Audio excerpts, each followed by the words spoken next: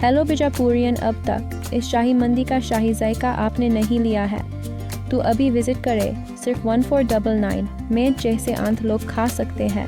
पर पर्सन सिर्फ 187। Only at B grand family restaurant.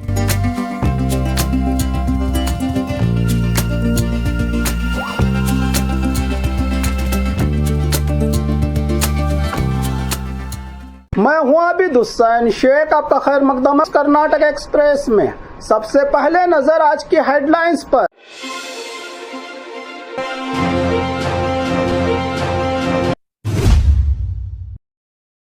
सरकारी सपोर्ट मिला तो बीजापुर में नवरसपुर उत्सव करने को तैयार, सुधा मूर्ति ने रखी शर्त। बल्लारी जिला एसपी आईपीएस पवन नेज्जूर को लेकर अफवाहों के चलते गृह मंत्री जी परमेश्वर का बड़ा बयान। बल्लारी बैनर विवाद मामला, जान गंवाने वाले राजशेखर के परिवार को 25 लाख की मदद।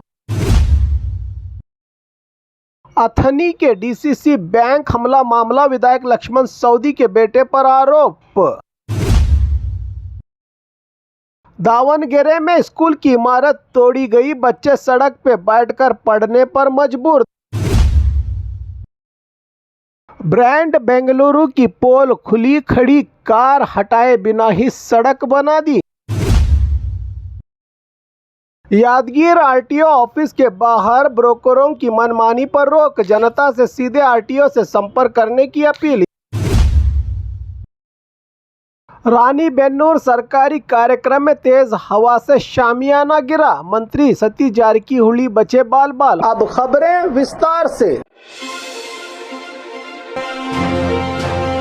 सरकारी सपोर्ट मिला तो बीजापुर में नवरसपुर उत्सव करने को तैयार, सुधा मूर्ति ने रखी शर्त। सरकारी सहयोग मिला तो मूर्ति ट्रस्ट अपने खर्च पर नवरसपुर संगीत उत्सव करेगा, सुधा मूर्ति का बयान। राज्यसभा सदस्य और मूर्ति ट्रस्ट की अध्यक्ष डॉक्टर सुधा मूर्ति ने अपने बीजापुर दौरे के चलते प्रेस कॉन्फ्रेंस में कहा कि अगर पुरातत्व विभाग, आर्कोलॉजी सर्वे ऑफ इंडिया, जिला एडमिनिस्ट्रेशन और पर्यटन विभाग की ओर से बुनियादी सुविधाएं दी जाएं तो मूर्ति ट्रस्ट बीजापुर में अपने खर्च पर नवरसपुर संगीत उत्सव आयोजित करेगा। उन्होंने बताया कि बीजापुर एक ऐतिहासिक और कल्चरल रूप से बेहद अमीर शहर माना जाता है। ऐसे कार्यक्रमों से हमारी परंपरा विरासत को बढ़ावा मिलेगा, पर्यटन बढ़ेगा और स्थानीय लोकल बेरोजगार युवाओं को रोजगार के मौके मिलेंगे। डॉक्टर सुधा मूर्ति ने कहा कि ऐतिहासिक स्मारकों की रक्षा हम सब की जिम्मेदारी है। मूर्ति ट्रस्ट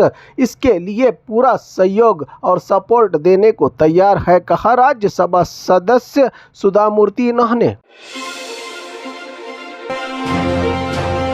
बल्लारी जिला एसपी आईपीएस पवन नेज्जूर को लेकर अफवाहों के चलते गृह मंत्री जी परमेश्वर का बड़ा बयान। आईपीएस अधिकारी पवन नेज्जूर द्वारा आत्महत्या की कोशिश की अफवाहों पर कर्नाटक के गृह मंत्री डॉक्टर जी परमेश्वर ने तुमकुरू में अपनी प्रतिक्रिया दी है। उन्होंने साफ तौर पर कहा कि बल्लारी से चार्ज संभालने के 24 घंटे में ही फायरिंग के मामले में सस्पेंशन के कारण अधिकारी कुछ समय के लिए मानसिक दबाव में थे, लेकिन अब पूरी तरह ठीक हो गए हैं। गृह मंत्री ने कहा कि उन्होंने सीधे पवन नेज्जूर से बात नहीं की, लेकिन वरिष्ठ अधिकारियों से जानकारी ली है। उनके अनुसार पवन नेज्जूर बल्लारी से बेंगलुरु जा रहे हैं और किसी भी तरह की कोई समस्या नहीं है। लोग अफवाहों पर ध्यान न दें। जबकि उनकी मां ने भी एक संदेश रवाना किया है कि आईपीएस पवन उनके बेटे ने ऐसी कोई हरकत नहीं की।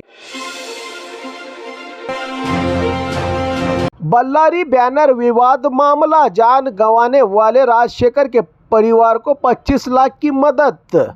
बल्लारी बैनर विवाद मामले में मंत्री जमीर अहमद खान और भरत रेड्डी ने मृतक राजशेखर के परिवार को 25 लाख की आर्थिक मदद की। बल्लारी में बैनर विवाद से जुड़े मामले में जान गंवाने वाले राजशेखर के परिवार को मंत्री जमीर अहमद खान और भरत रेड्डी ने 25 लाख रुपयों की आर्थिक मदद दी है। दोनों मंत्रियों ने मरने वाले राजशेखर की मां तुलसी को नकद रुपया सौंपकर परिवार को दिलासा दिया। इसी दौरान मंत्री जमीर अहमद खान ने कहा कि बैनर लगाना सामान्य बात है और इस मामले को बड़े दिल से सुलझाया जाना चाहिए था। उन्होंने ये भी साफ किया है कि IPS अधिकारी के आत्महत्या प्रयास की खबरें पूरी तरह गलत है। मंत्री ने बताया कि मामले की जांच जारी है और पुलिस कानून के अनुसार कार्रवाई करेगी। साथ ही उन्होंने परिवार के साथ खड़े रहने का भरोसा भी दिलवाया।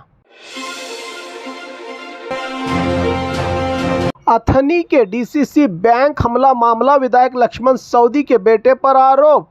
बैंक कर्मचारियों का विरोध प्रदर्शन। बेलगाम जिला अथनी में DCC बैंक कर्मचारी यूनियन के अध्यक्ष पर हुए हमले के मामले में नया मोड़ आया है। इस केस में विधायक लक्ष्मण सौदी के बेटे पर हमला करने का आरोप लगा है। इस आरोप के बाद DCC बैंक के कर्मचारियों ने अथनी पुलिस थाने के सामने धरना प्रदर्शन किया और आरोपी के खिलाफ कार्रवाई की मांग की। प्रदर्शन के दौरान इलाके में तनाव का माहौल बना रहा। वहीं विधायक लक्ष्मण सऊदी ने इन आरोपों को सिरे से खारिज करते हुए कहा कि DCC बैंक चुनाव के बाद से उनके खिलाफ बड़ी साजिश रची जा रही है। पुलिस ने दोनों गुटों की शिकायत दर्ज कर ली है और मामले की जांच जारी है। जारकीहोली ब्रदर्स और लक्ष्मण सऊदी की ये सियासी जंग न जाने अब किस मोड़ पर जाकर थमेगी।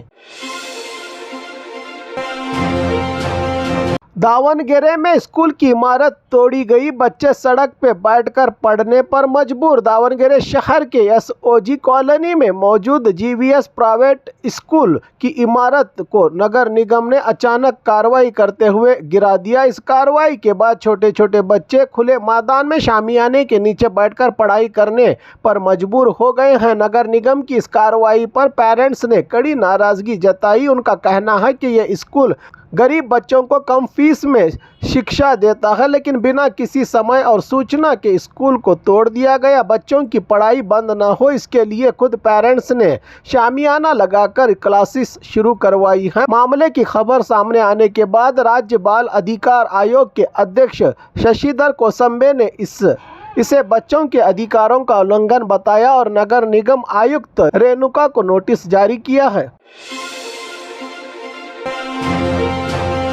ब्रांड बेंगलुरु की पोल खुली, खड़ी कार हटाए बिना ही सड़क बना दी। सरकार बेंगलुरु को ब्रांड बेंगलुरु बनाने की बात कर रही है, लेकिन हकीकत कुछ और ही दिख रही है। जमीनी RT नगर के तरल बालू रोड पर गणेश मंदिर के सामने ग्रेटर बेंगलुरु अथॉरिटी द्वारा सड़क का डामरीकरण बेहद लापरवाही से किया गया।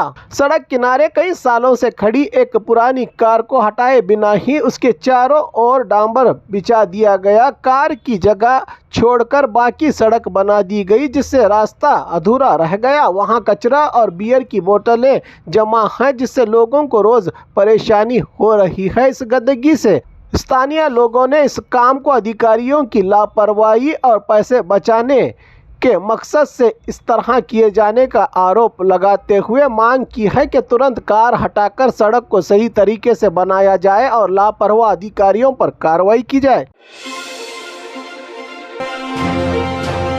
यादगीर RTO ऑफिस के बाहर ब्रोकरों की मनमानी पर रोक, जनता से सीधे RTO से संपर्क करने की अपील। यादगीर RTO ऑफिस के पास कुछ ब्रोकर्स लोगों से ज्यादा रकम वसूल कर काम करवाने का भरोसा देते हैं। RTO अधिकारी मिलिंद ने बताया कि ऑफिस के सामने पार्किंग पर अब रोक लगा दी गई है और जनता से कहा गया है कि वो सीधे RTO स्टाफ से ही संपर्क करें। उन्होंने ये भी भरोसा दिलाया कि ब्रोकरों के खिलाफ सख्त कार्रवाई की जाएगी। RTO ने जनता से अपील की है कि किसी अनजान या बाहर के व्यक्ति से मदद ना ले और अपने काम के लिए सीधे RTO ऑफिस के संबंधित स्टाफ और अधिकारियों से संपर्क करें।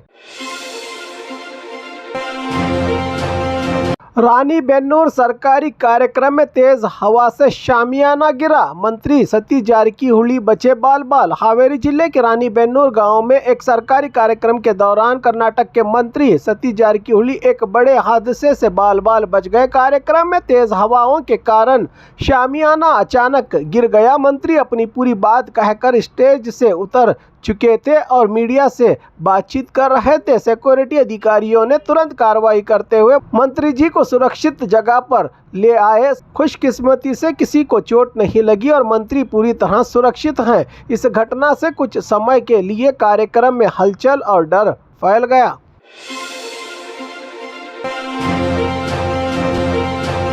और खबरों के लिए देखते रहिए कर्नाटक एक्सप्रेस।